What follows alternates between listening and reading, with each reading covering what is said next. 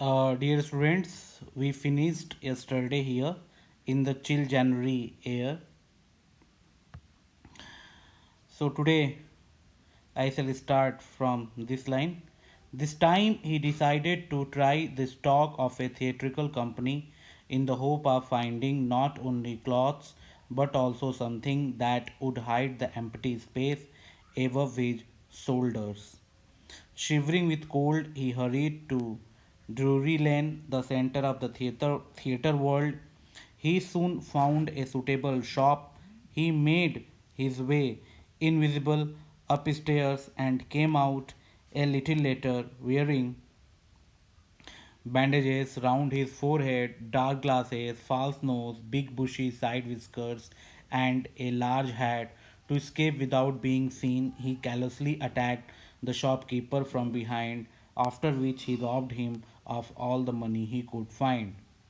Eager to get away from crowded London, he took train to the village of Epping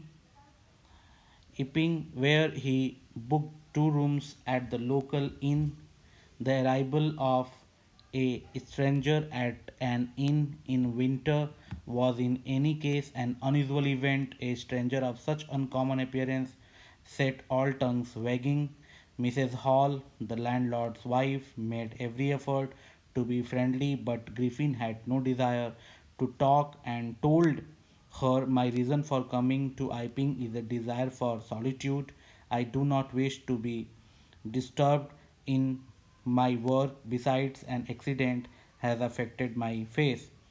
Satisfied that her guest was an eccentric scientist and in view of the fact that he had paid her in advance, Mrs. Hall was prepared to excuse his strange habits and irritable temper, but the stolen money did not last long, and presently Griffin had to admit that he had no more ready cash. He pretended, however, that he was expecting a check to arrive at any moment. Shortly afterwards, a curious episode occurred. Very early in the morning, a clergyman and his wife were awakened by noises in the study.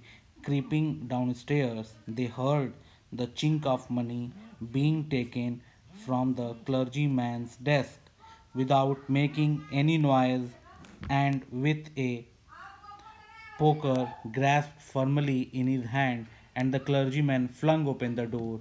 Surrender.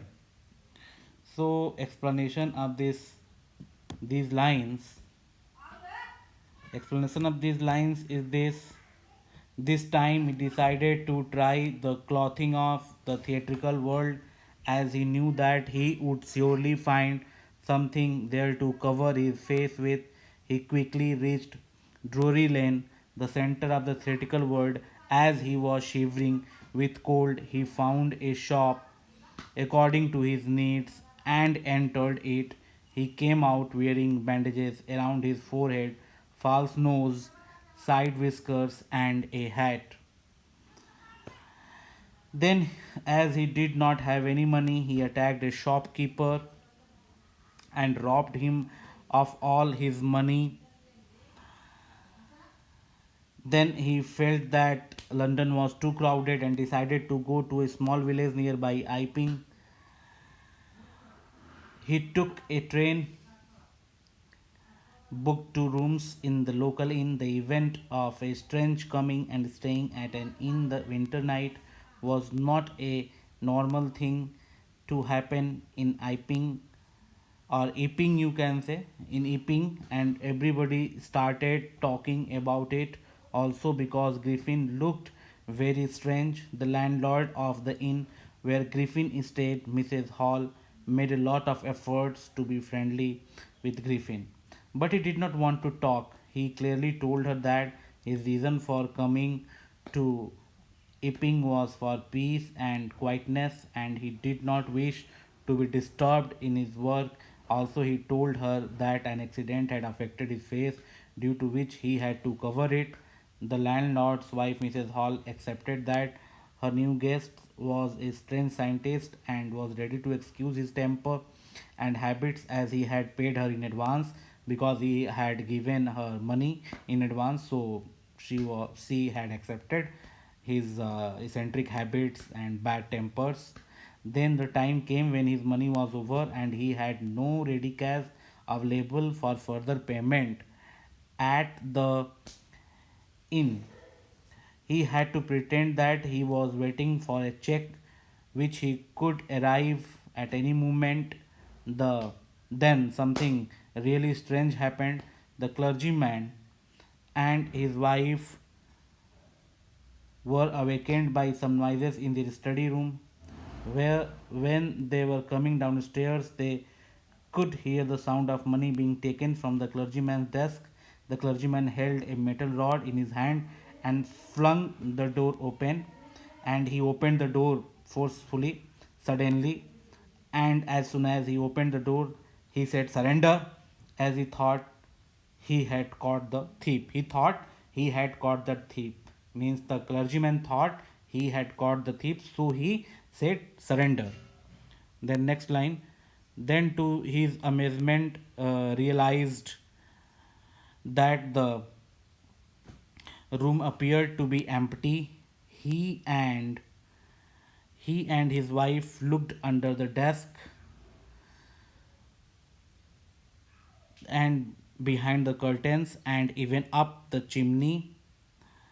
There wasn't a sign of anybody, yet the desk had been opened and housekeeping money was missing.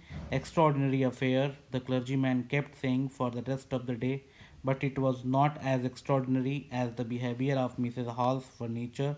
Little later that morning, the landlord and his wife were up very early and were surprised to see the scientist's door wide open. Usually it was shut and locked, and he was furious if anyone entered his room. The opportunity seemed too good to be missed. They peeped round the door, saw nobody, and decided to investigate. The bedclothes were cold, showing that the scientist must have been up for some time, and the stranger still.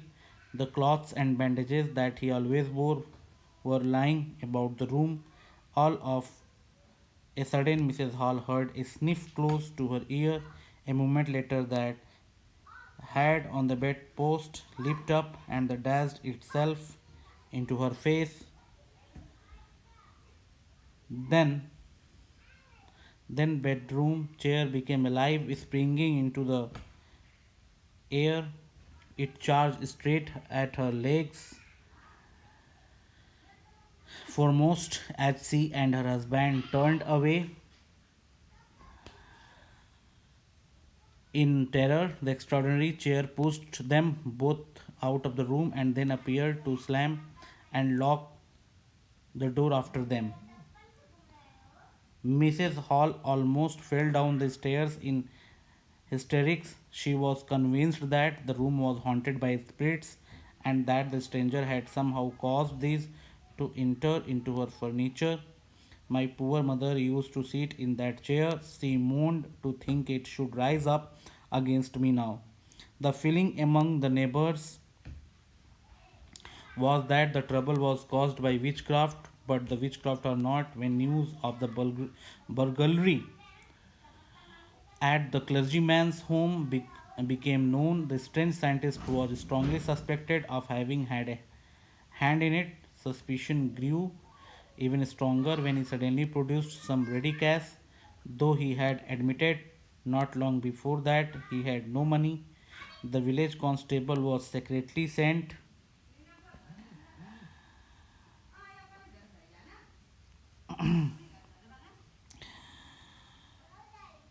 Uh,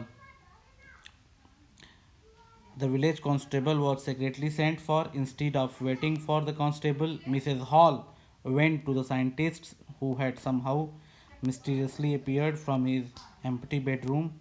I want to know, I want to know what you have been doing to my chair upstairs, she demanded, and I want to know how it is you came out of an empty room and how you entered a locked room. So these lines are telling about the strange behavior of scientists. Explanation of these lines is like that. To their surprise, they could not see anyone. They looked under the desk, behind the curtains, and also up the chimney, but the person was nowhere to be seen. Yet the desk had been opened and the housekeeping money was gone. Then the clergyman kept on saying extraordinary affair the whole day because he was shocked by the incident, but the things that happened with Mrs. Hall's furniture were much more fascinating. Mrs. Hall and her husband woke up very early and were surprised as the door to the guest room was open. Usually his room's door remained closed and locked. He used to get very angry if anyone tried entering his room. It was an opportunity and Mrs. Hall did not want to miss it. They decided to investigate when they saw that nobody was inside the room.